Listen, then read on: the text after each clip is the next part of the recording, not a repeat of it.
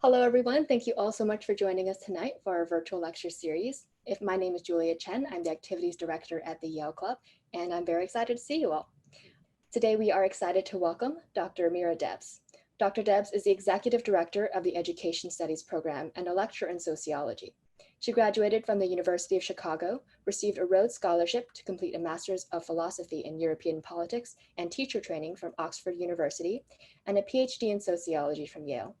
Prior to graduate school, Dr. Debs taught high school for 5 years in the Boston area public schools and worked in college admissions at the University of Rochester.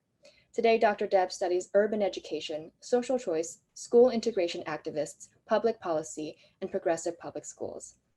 Her research from her book, Diverse Parents, Desirable Schools, Public Montessori in an Era of School Choice, has been featured in the New York Times, the Washington Post, Education Week, and the Christian Science Monitor. And she also has an editorial that came out today in the Washington Post about schools reopening in the fall. She is a founding board member of Elm City Montessori School and one of the co-founders of Montessori for Social Justice, a grassroots organization of public Montessori educators. And today she's joining us to discuss educational hidden figures, recovering Black pioneers in the Montessori movement. And with that, I'll turn it over to you, Dr. Debs. Thank you so much, Julia, for that introduction. And I'm so honored to be here today to have a chance to speak with all of you. So I wanted to say welcome to everyone. And I hope that you are staying safe and healthy wherever you are sheltering. So I'm going to talk this evening about a little bit about my background and the work that I'm currently doing at Yale, and then specifically about the research project that I completed in 2019 about public Montessori schools and particularly about Black Montessori pioneers. And then after that, we'll have time for some conversation and discussion in a Q&A, and I'm happy to also open the conversation up to a broader topic at that point if you want to talk about some of the areas that I am currently working on in terms of research. So let me set up to share my screen. And just as we start, I want to thank all of you for being here. And if you are somewhere that you can use the chat box, please feel free to drop into the chat. I can see your names, but also where you are joining the conversation from, either what part of New York City or if you're joining from somewhere else. Just a little note of welcome. And if you want to ask questions, if there's anything I'm saying that's not clear over the course of our conversation, please feel free to write questions in the chat box. And Julia will be monitoring that and asking that over the course of our conversation. So let me set up to share my screen. Okay. So I wanted to talk a little bit about, before I start, about the position that I currently have directing the Yale Education Studies program, because depending on when you graduated from Yale, you may or may not have experienced a program like this or some other version of education studies as it's been offered at Yale. So the current education studies program was started in 2013, and this program was a continuation after an earlier teacher preparatory program closed in 2011. And there was a lot of unhappiness from students and from alumni about that, and a desire to see education studies continue to be part of Yale's curriculum. And so the education studies program today is an interdisciplinary program. We offer about 35 courses across 11 different departments. And it's a way of studying education that's firmly rooted in the liberal arts. We have courses that are in philosophy, about the philosophy of education, courses about the sociology of education, and all of these courses are focusing on education as one of the central institutions of society. So that studying education helps us to better understand about society generally, specific societies. And it also is a critical place for students to bridge their own experience, to learn theoretical tools and frameworks, and then to also think about the questions of what are the pieces that they hope to do in the future with their Yale education. So we focus on empowering students to critically imagine and collectively reshape the education landscape through research, policy, and practice. So I teach some of the introductory and senior courses in education studies, and we have students apply to our program as sophomores to take a series of courses and also write a senior capstone project in education studies. And they do this because they're very motivated to study about education, and they do this also in addition to their regular major. And so we have cohorts of about 25 students a year, so a total of 75 students. And we actually have many more students who want to be part of this cohort model than we can currently support. So one part of my job is going and speaking with alumni like yourself and finding people who are interested in supporting our program to help us expand it in the long term for as many Yale students as want to participate. So I'm happy if you have questions about the Yale Education Studies program at the end to talk more about that program. Let's see. So I'd like to talk now about how I came to do research about public Montessori schools, which resulted in a book that I wrote called Diverse Families, Desirable Schools that came out in 2019. So starting in 2013, I was a graduate student at Yale looking in search of a dissertation topic. And I had gotten involved with a group of local parents and activists in New Haven who were trying to make the school choice process more transparent. And as I continued working with them, they actually got involved and started saying that what they would really like to see happen is they'd like to see a very different type of public school option. Even though New Haven has a lot of school choices, they felt like the choices that were available were all in a similar traditional form of pedagogy. And so they were thinking about different types of models. And they were inspired by a set of public Montessori schools in Hartford that were part of a very racially diverse program of magnet schools in Hartford. And so I got involved in this project, and I'll talk about what Montessori schools are in a moment, but I got involved in this project. And as I was thinking about my dissertation topic, and I was interested in doing something about what role did parent choice have about school integration, my supervisor said, well, you're helping to start this school. Could you write something about this? And so that was the beginning point of the project. And so as we think about Montessori, and I'll talk about it in a moment, this project is also set against the framework of school choice in the United States. And when we talk about school choice, there's a lot of different options. There are traditional public schools, and there are choice schools within the public sector, including charter schools and magnet schools. Overall, 90% of American children attend public schools of some form, so traditional, public, charter, and magnet. And then there also has been a push, particularly under DeVos and Trump, to create vouchers, which is public money going to private schools. And private schools in the US educate about 10% of children. And all of this is in flux right now as we're trying to figure out right now how to open schools in the fall for public in the era of COVID-19. But one of the big questions that my research has focused on is this question of, does creating school choices have an equitable impact on education, reducing inequality? And if not, what are the kinds of things that can be done to ameliorate that impact? Because one of the things that we know is when we allow people to make choices, people with the most resources are able to best navigate the system, particularly if you have a really complicated system, like some of the choice systems that you have in New York City today. So one of these choices is a really different type of pedagogy. And so Montessori is an educational form that was developed in 1907 by the Italian doctor Maria Montessori.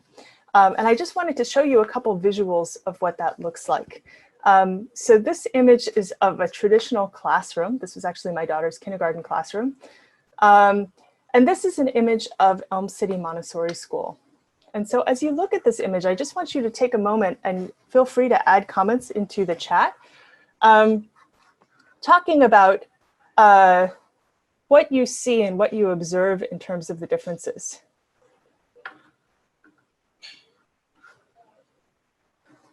And Julia, if anyone is commenting, would you read out what people are writing?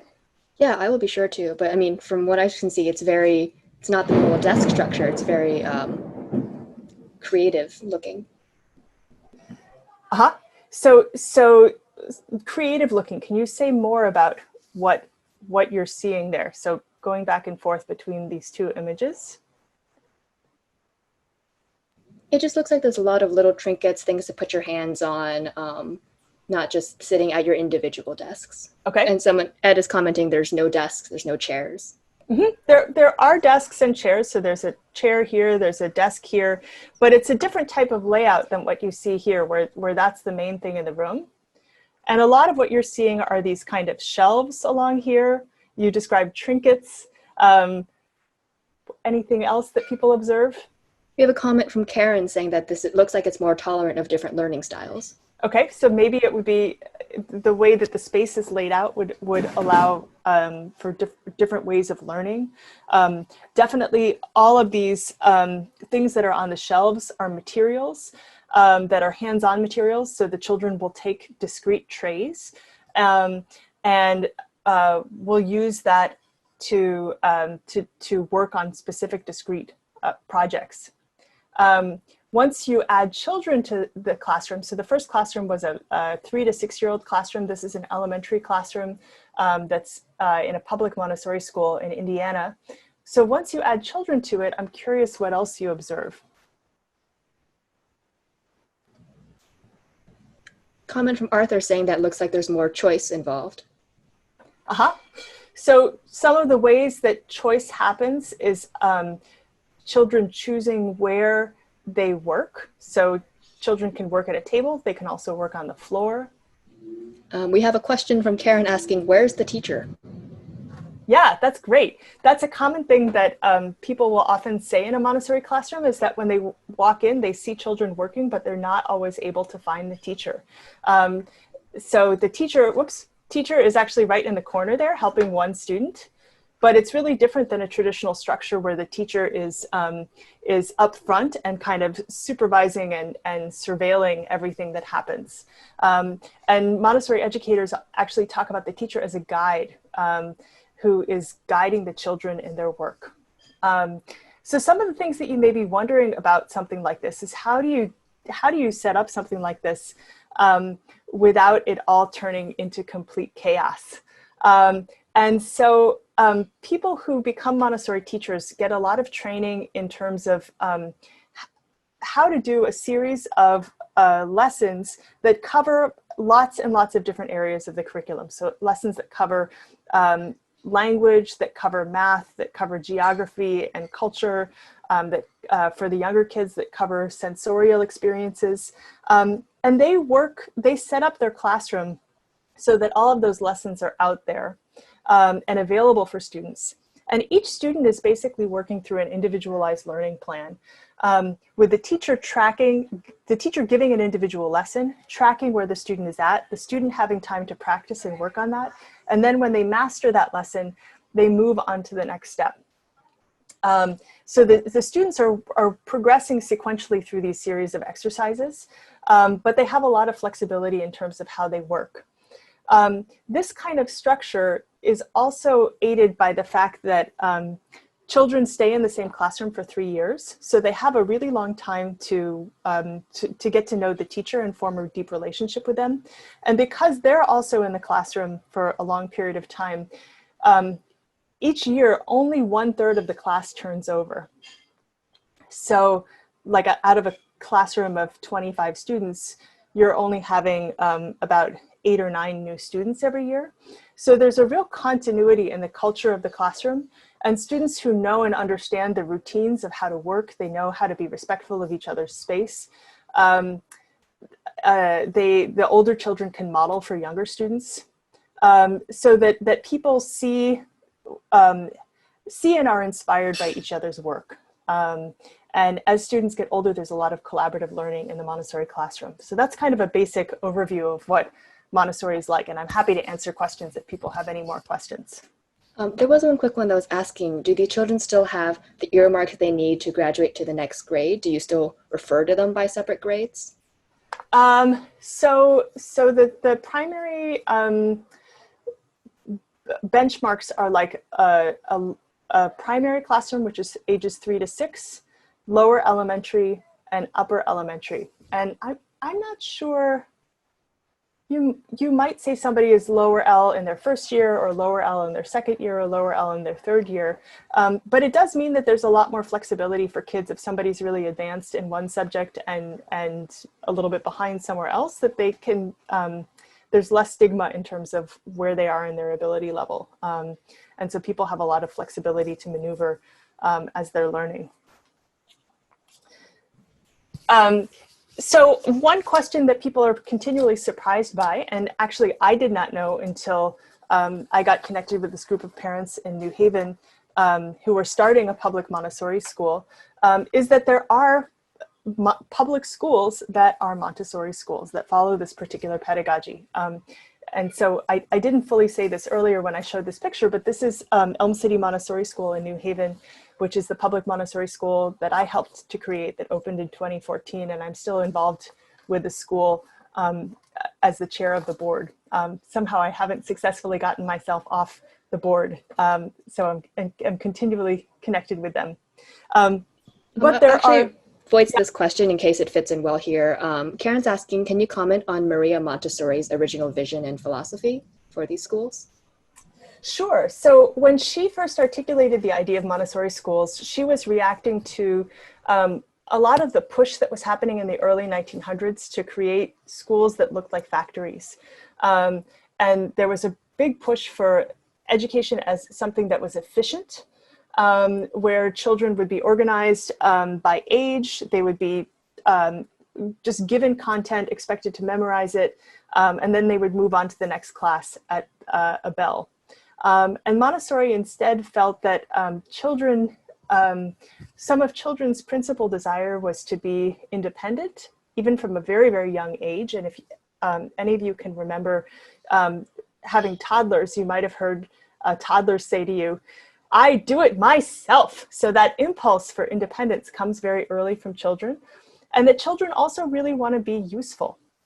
And some of the hugest issues that we struggle with in education about children really lacking motivation, especially as we get into elementary school and middle school, that children really start to lose the point of education, can be harnessed better if children have more power in the classroom, and if they have more control over how they learn. And so she started her method in a housing project in Rome, observing children and making adjustments to how they learn based on what she saw.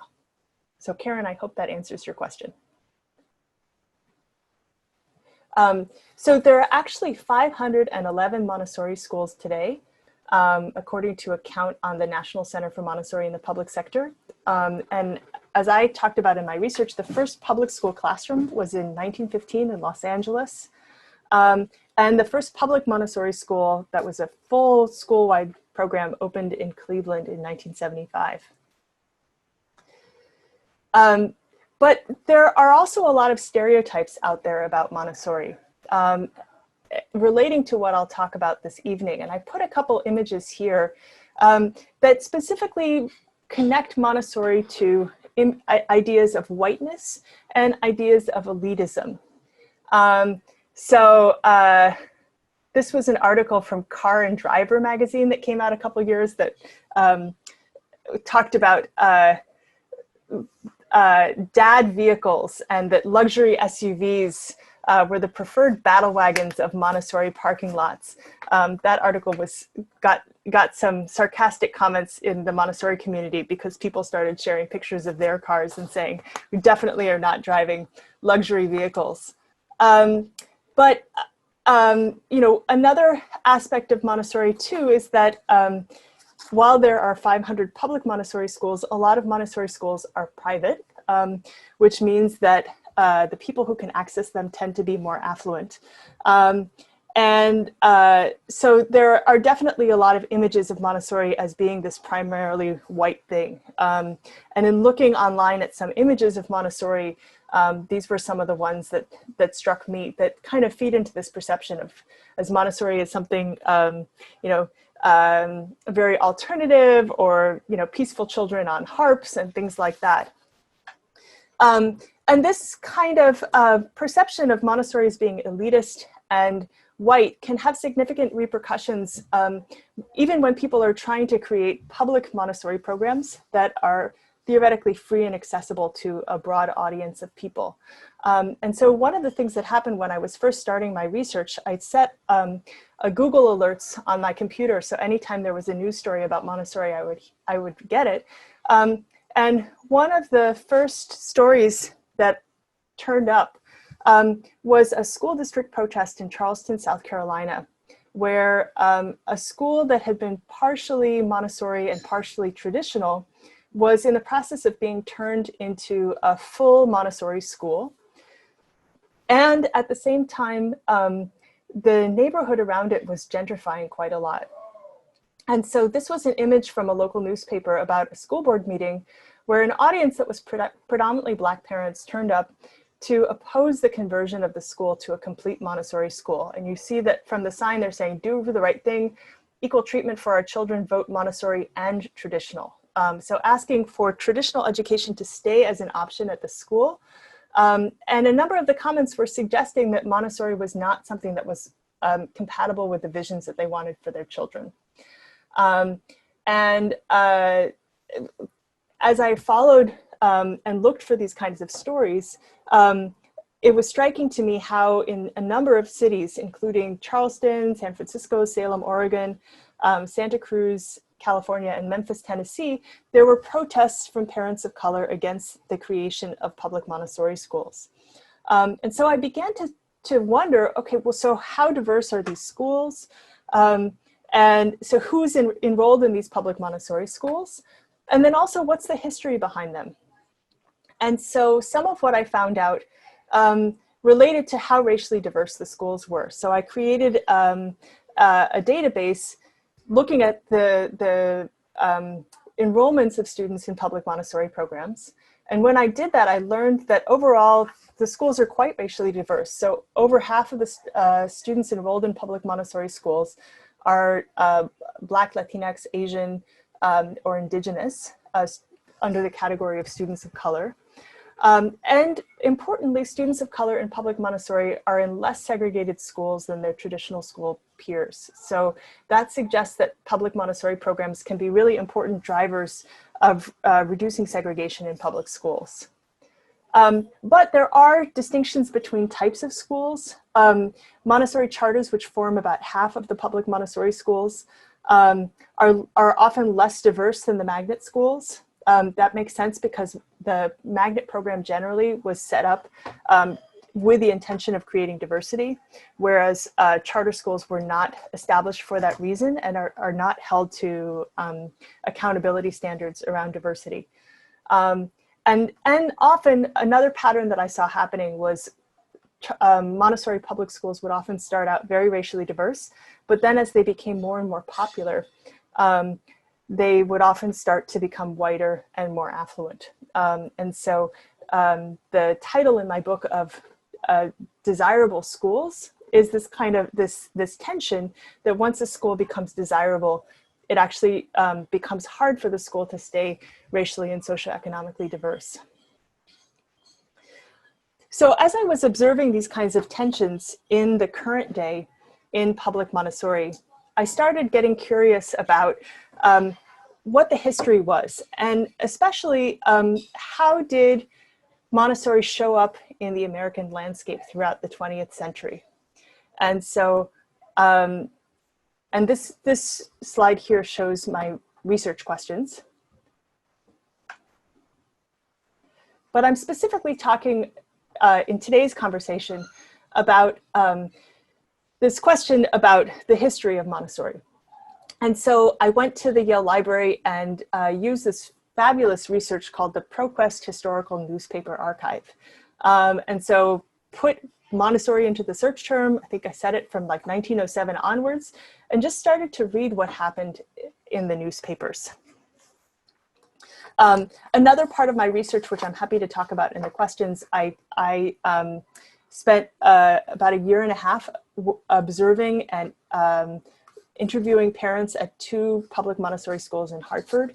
And so parts of my book talk about the contemporary experiences of parents, and particularly the experiences of Black and Latinx parents in these 2 public Montessori schools. So when I got to 1960s, I really got surprised. One of the people that I discovered at this point was a woman named May Arlene Godpie. And this was from a profile that was written about her in the Boston Globe. And so I talk about some of these Black Montessori leaders as hidden figures, meaning that they were known at the time. They were being written about in mainstream publications, but they were hidden in plain sight. And interestingly, as I've shared out about my findings, these are folks who've been in the Montessori community, either don't remember or don't know anything about. So May Arlene Godpie created a school in the early 1960s called the Montessori Family School in Roxbury. She got seed funding from the Ford Foundation. She was profiled in the Boston Sunday Globe magazine. And she had a really significant vision for how Montessori could be transformative for young children. So much so that she came up with a design for an entire Black Montessori community that she wanted to build in Roxbury that would be around 160 houses centered around a Montessori school in the Center for Children Birth to Age 18. And she was so charismatic that she enlisted the architect Buckminster Fuller, the person who designed all of those very modernist geodesic domes in the 1950s and 60s.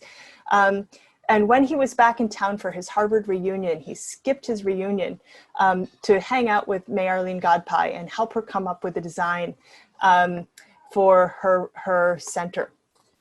And the catch was that she needed to raise $4 million, which was a lot of money in the 1960s. And she did her best to raise awareness about her program. She and the students wrote an opera that they performed at the New England Conservatory. She spoke on the radio. She went to Washington to lobby for more early childcare funding. But ultimately, she was never able to raise the money. She kept the program open in Roxbury until she was in her late 80s, which is really a testament to the amount of energy that she had. But her story represents the lack of access to capital that a lot of these Black Montessori founders struggled with at the time. When we look at the Montessori programs that have really been institutionalized, the fact that programs led by white Montessori leaders were able to flourish and expand suggests some of the broader issues that we're talking about today in terms of institutional racism and access to capital having an impact on this kind of landscape. Another person who I discovered in the archives was Hakeem Jamal, who in 1968, in a profile in the Los Angeles Times, was featured with these 2 photos and helped to set up Malcolm X Montessori in Compton, California. So he hired teacher Madhu Trivedi, who came over from Bombay, India. He was in touch with Martin Luther King and James Baldwin. He fundraised a bus from the movie star Gene Seberg. He was going out and fundraising with communities all over Los Angeles, including students at the University of California, Irvine. And he spoke really explicitly about the link of Montessori and its potential to work against the negative impacts of racism.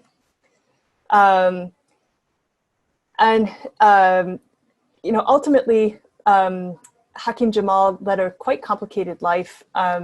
He had a falling out with his wife. He was actually having an affair with the actress Jean Seberg. And so he left in 1970.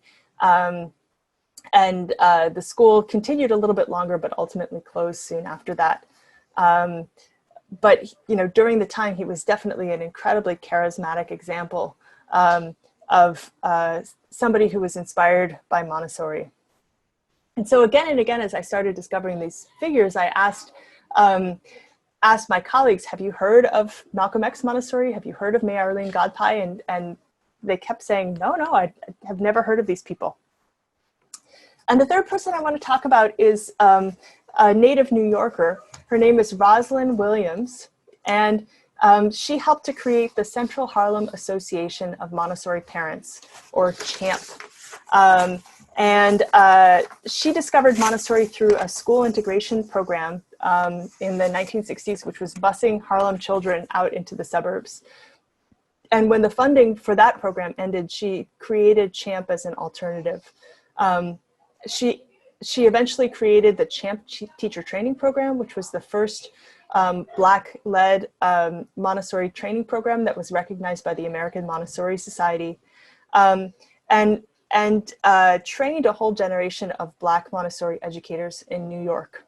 And like the others, her program really struggled with consistent funding. It opened and then closed in various places. But she spoke very powerfully about this belief that Montessori has become the rich child's right, but should become the poor child's opportunity. And so I've given examples of three Black Montessori pioneers, but I also do want to highlight that I also discovered significant Latinx and Indigenous Montessori pioneers. Martha Uriasti, who was a Montessori principal in the 1970s. She was a principal in Denver public schools in the 1970s and created the first public Montessori program and led to a whole cluster of Montessori schools in Denver. Dina Pollock in Dallas, who basically just decided that she was going to turn her classroom into a Montessori classroom, and then invited the superintendent to come see. And he said, well, I didn't give you permission to do this. And she said, well, I knew you would tell me to stop. So I decided to just go ahead. That classroom ultimately turned into a network of several public Montessori schools in Dallas. And then there are also some really interesting examples of Indigenous Montessori or Native American Montessori programs. The Southern Utah Montessori Head Start in Colorado is over 50 years old. And there are a network of Montessori schools on Native American reservations or with Native American communities that support preserving Native languages through Montessori in preschool programs. So aside from whatever is interesting about these particular stories, what is the bigger picture about what they tell us? So a couple of things. First of all, I think it's really significant that to learn that Black educators claimed Montessori as their own, and they claimed it for particular goals of creating affirming, culturally responsive, anti-racist forms of education as early as the 1960s. And definitely as we're following the landscape of conversations happening this summer around racial justice, there are a lot of themes that may seem familiar.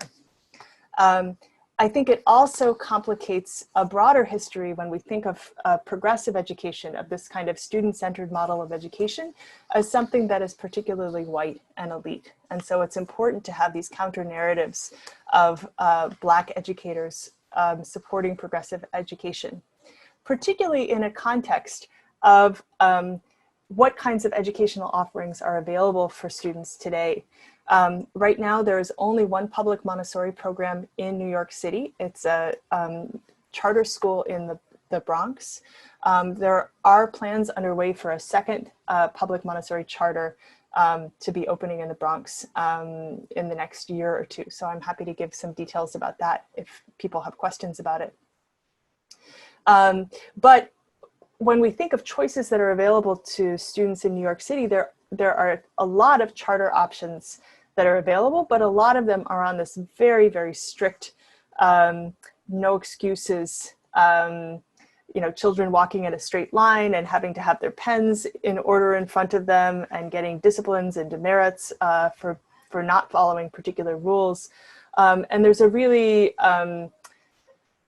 a really vibrant debate that's unfolding right now, actually on Instagram, where people are sharing a lot of the stories of those experiences on these threads.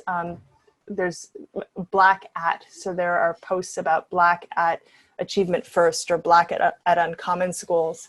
There are actually posts about Black at a lot of elite private schools, and also Black at the Ivies or Black at Yale. So this is a place where people are sharing, specifically in the context of the strict traditional model of education, some of the really negative experiences that they've had with that. And I think another piece that this history talks about is the importance of funders in supporting these kinds of visions. So one of the, and other sources of financial support. So the possibilities of these stories speaks to the importance of donors who can really make a difference in broader racial justice projects. And so just in closing, I wanted to make a brief mention of some of the current projects that I'm working on with a collaborator at CUNY, the CUNY colleges and at Trinity College in Hartford. I just got a Spencer Foundation grant to work on New York City school integration activists, both parents and students, and how they're responding to COVID-19. And we're doing this project in collaboration with two student-led integration organizations in New York City, Teens Take Charge and Integrate New York City. I'm also in the middle of writing a paper about Montessori in India. And I'm really interested to think about how some of the threads that I look at in my paper, in my book, about who has access to Montessori and how does Montessori get talked about in the United States, how those kinds of questions apply in a different country context. And I also am in the process of doing research on school choice in other country contexts. And so I was a visiting professor this spring at Yale and US College in Singapore. It was probably not the best semester to be a visiting professor overseas. We ended up having to come back early and then taught our classes remotely in the middle of the night for the rest of the semester. But I did find a wonderful collaborator there, and we started this project out of some of our conversations about schools in Singapore, focusing on the primary school choice process. So those are some of the pieces that I have underway right now. I'm now opening things up for questions from you. I'm also happy to loop you in if you're interested in learning more about the Education Studies program. We send out basically an update every semester. So if you'd like to be included on that list, I'm more than happy to include you. So thank you so much for having me. Awesome. Thank you so much, Dr. Debs. So yeah, we will open for questions, and please feel free to also use the raise hand feature if you want to chime in verbally. To start off, I do want to point out that Karen in the chat had mentioned when you were talking about May Arlene Godpie, yeah. is that she knew her and her family actually visited her center. Oh, how amazing. In Roxbury. Yeah, and Karen, if you wanted to chime in and give us any stories from that, we'd be happy to just let me know and I'll unmute you. Let me stop sharing and then put this on full screen. Yes. But other than that, so I would love if you can clarify a little bit, because you mentioned public Montessori schools. Are these mostly charter and magnet? So, because from my understanding growing up where I did, you went to the public school that was where your home was located. You didn't really have a choice in it. Mm-hmm.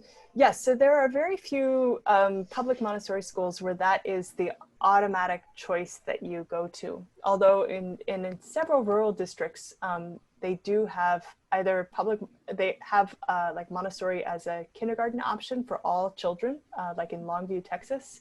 And there are a couple rural elementary schools where Montessori is the curriculum, but elsewhere, you most often see it as a choice in a community. I'm going to unmute Karen. I just wondered, I really enjoyed your presentation. I wanted to say that. Thank you. Has anyone ever done any follow-up studies with any of the children who were students in the early Black Montessori programs? Yeah, that's a great question. I know that Angeline Lillard and Nia Seal are working on a program, a project right now. Angeline Lillard is a researcher at the University of Virginia. And so they are doing a project about Black Montessori alumni based in the DC area. I don't know of other research looking at that. There were a number of projects in the 1960s as Montessori was being used in Head Start to try to show if there were big academic gains in Montessori. Some reported very positive findings, others reported more mixed findings. And then after that, the kind of interest in looking at the effectiveness of Montessori kind of dropped off in a lot of education research. That has restarted again, and there are a couple of big studies right now trying to do randomized control trials looking at children who get into Montessori programs and children who don't get into Montessori programs, and trying to track over the course of a couple of years if there seems to be some kind of difference. It can be hard to study the impact of Montessori because it's hard to see if it's just the Montessori education or if it's some other kind of variable underlying the kid's background that leads to the difference in outcomes. Thank you. So we have a question from Arthur actually asking, when I began my studies in sociology at Yale in the 1950s, there was a very active Master of Arts in Teaching program. It was given a place of importance in the graduate systems. What happened to it?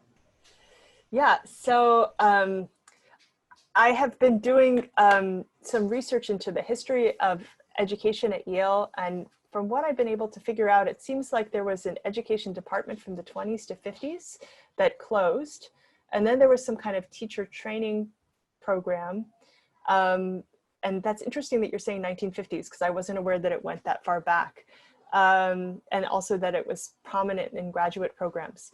So some form of teacher certification seemed to be available at Yale, I guess from when you're saying in the 1950s through 2011. Yeah, whenever I meet alumni, I'm always curious and excited to hear more about that. And so if you have any specific memories that you want to email me, I'd love to collect those, because a lot of it is very hard to find institutionally. One of the big things that shifted in the mid-2000s was the creation of Teach for America, and the fact that it was hugely popular at Yale. At one point, almost 20% of Yale seniors were applying for Teach for America. And the result was, because you could join Teach for America and not do any kind of teacher certification before that, the enrollment in the teacher prep program really declined. And ultimately, the dean of Yale College at the time, Mary Miller, made the decision to close the program because it was too expensive to maintain for having about 6 students a year be part of it. And at the time, the comment that she made was, I'm not making the decision, I'm merely following the decision that has already been made by Yale students who are voting with their feet and doing Teach for America instead of a Yale teacher prep program. So Arthur, I don't know if you have any follow-up questions about that. While we see if Arthur responds, we have a question from Edward asking, are the public Montessori schools generally unionized?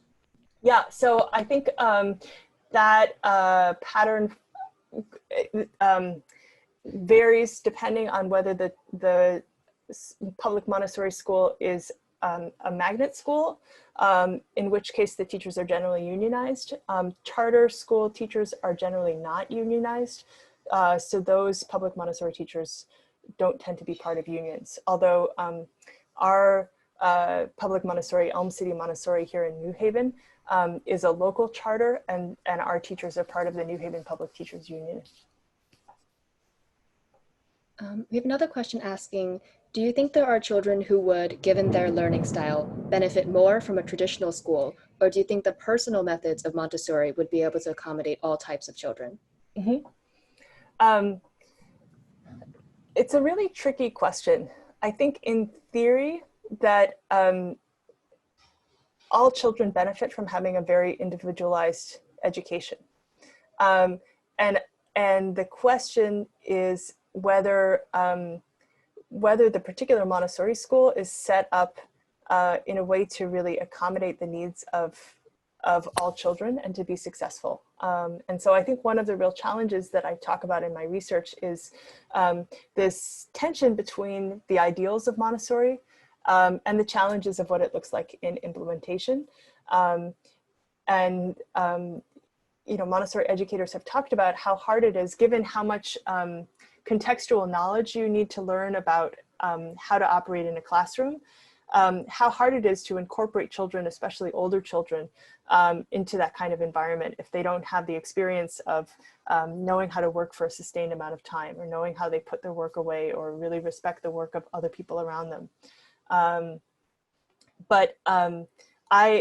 always push Montessori educators to say, if you are a public school, you need to be available and accessible to everyone. And if your school is in some way has obstacles in terms of that accessibility, that's something that you need to fix. So it's your responsibility to make sure that choice is a good option for everyone. So you mentioned in your research, you came across some articles of a lot of protests, and mainly from parents of color. Why do you think that there was such pushback from that community specifically to having the Montessori be the only choice? Mm-hmm. I mean, I think part of this has to do with the public association of Montessori as something white and elite. And so when families didn't know what this was, and when it felt like it was being imposed on them from outside, and particularly when it was coming as part of bigger patterns of residential gentrification, it became something that they were very suspicious of. And so, you know, I think that speaks to the importance of a broader representation of what Montessori is and who it's for, that I've tried to do in my research, and I'm trying to do through something like this presentation. And also the group Montessori for Social Justice that was mentioned at the outset has become a really important grassroots advocacy group led by Montessori educators. They use the term Montessori educators of the global majority, because people of color are a majority globally, who are really pushing to change a lot of narratives in the Montessori community. A little bit of a tangent, but you mentioned you did have that article today in the Washington Post about schools reopening. I'd love to hear your take on that, especially from what we've seen in Montessori schools. It would be doubly as difficult in a Montessori school setting to try to attempt social distancing. Yeah, so two related questions. One question is, how do you try to do social distancing in a Montessori school? If you're giving children freedom of movement, but children are also supposed to stay separate. And then the second question about what was I talking about with school reopening in the Washington Post. So the first question about Montessori and social distancing, I was actually on a call yesterday with our school board for Elm City Montessori School about talking about their plans. And surprisingly, public Montessori have some assets in terms of how they reopen, because their classrooms are spatially quite a bit bigger than a traditional classroom. So there is more space for children to spread out. And I was really struck by the way that the principal, Julia Webb of Elm City Montessori School, was talking about, you know, our children learn a lot of routines about daily life. They learn routines about how they keep a sense of order. Part of that is learning how to move your chair or move around people's work. They learn routines about washing their hands. And so part of the work is incorporating routines of hygiene and safety into the existing routines for all of the children and parents to know about. I mean, I think one of the challenges with a hands-on curriculum is if you have to go remote, and that certainly happened this spring and may again be a possibility in the fall, depending on where the schools are located and what the virus situation is like. You know, you can't send each child home with their own set of Montessori materials. So that's definitely a challenge. But I've been really impressed with seeing the way that my local school has reacted in really centering the needs of the parents and the needs of the children, in having a lot of flexibility in terms of different types of lessons. They have been doing online yoga and guided meditation for children, and small group instruction and classroom meetings. And because they were just one school rather than a whole district, they were actually able to be a lot more adaptive in terms of doing a lot of experimentation with online learning that I think was harder for some of the surrounding bigger districts like New Haven Public Schools or like Hamden Schools. So the second question that you asked was about reopening. And one of the phenomena that has emerged basically in the last week is as there has been this big political fight over reopening public schools, with Trump and the Secretary of Education, Betsy DeVos, saying public schools have to reopen in person or else, and a lot of teachers and parents saying we don't feel comfortable or safe with that. And then a number of districts, big city districts, have been announcing that they're moving to completely online instruction. There has been this very massive entrepreneurial effort by parents to organize themselves into small learning pods or micro schools with other parents, and basically just saying like, we can't handle another year of remote instruction. Our children need more support. And so there are online chats and Facebook groups that have grown into 10,000 members overnight, trying to set up these kinds of arrangements for the fall, because there's so much uncertainty over what will happen with the public schools. And I'm very sympathetic with the perspectives of individual parents. And as a parent of an elementary schooler and a rising middle schooler, I'm definitely doing the juggle right now. But as somebody who does research on the history of school integration and school choice, there are some really worrisome patterns that I see emerging in this process. And I'm very concerned about the potential of a lot of parents moving out of the public school system to really destabilize public education for a broader number of students, especially the most vulnerable students. So I put an initial idea on Twitter, which I use mainly as a space to connect with people doing education research or other people thinking about education policy. And through conversation connected with a graduate student at Hunter who was also tweeting out about these pandemic learning pods. So he and I connected over the weekend, wrote an editorial together, and we're lucky enough to get it published in the Washington Post. And so in our piece, we talk about the way that these pandemic learning pods really, if they're predominantly organized by white and affluent parents, can be really problematic for public education overall, and can also fall into bigger patterns of white flight that have historically happened, specifically out of city school districts. So if you're interested in context about that, I think Julia just shared it in the chat box. I did. And I don't think we have any other questions. So did you have any closing remarks for us, Dr. Debs? Well, I think this is going to be an incredibly dramatic next month for conversations about education. You know, I think the closure of schools and the pandemic has really made people aware of how valuable schools are, and how much children's education matters to the broader collective. And I guess I would say that I'm hopeful that we emerge from this pandemic keeping our eyes on the benefit to the collective. So the benefit to the broadest number of children rather than just to a small elite group of children. And also that, that we, you know, in teachers adapting and finding a lot of different tools, that maybe they reconsider the very traditional modes of instruction and think about ways to be much more interactive and participatory for children. And those are the kinds of ideas that really connect with ideas with Montessori learning.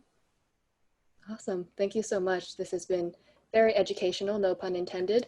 So thank you so much for taking the time. And thank you everybody for attending. We hope to see you at one of our upcoming events soon. Be sure and check the calendar. Until then, stay safe and stay connected. We'll see you next time.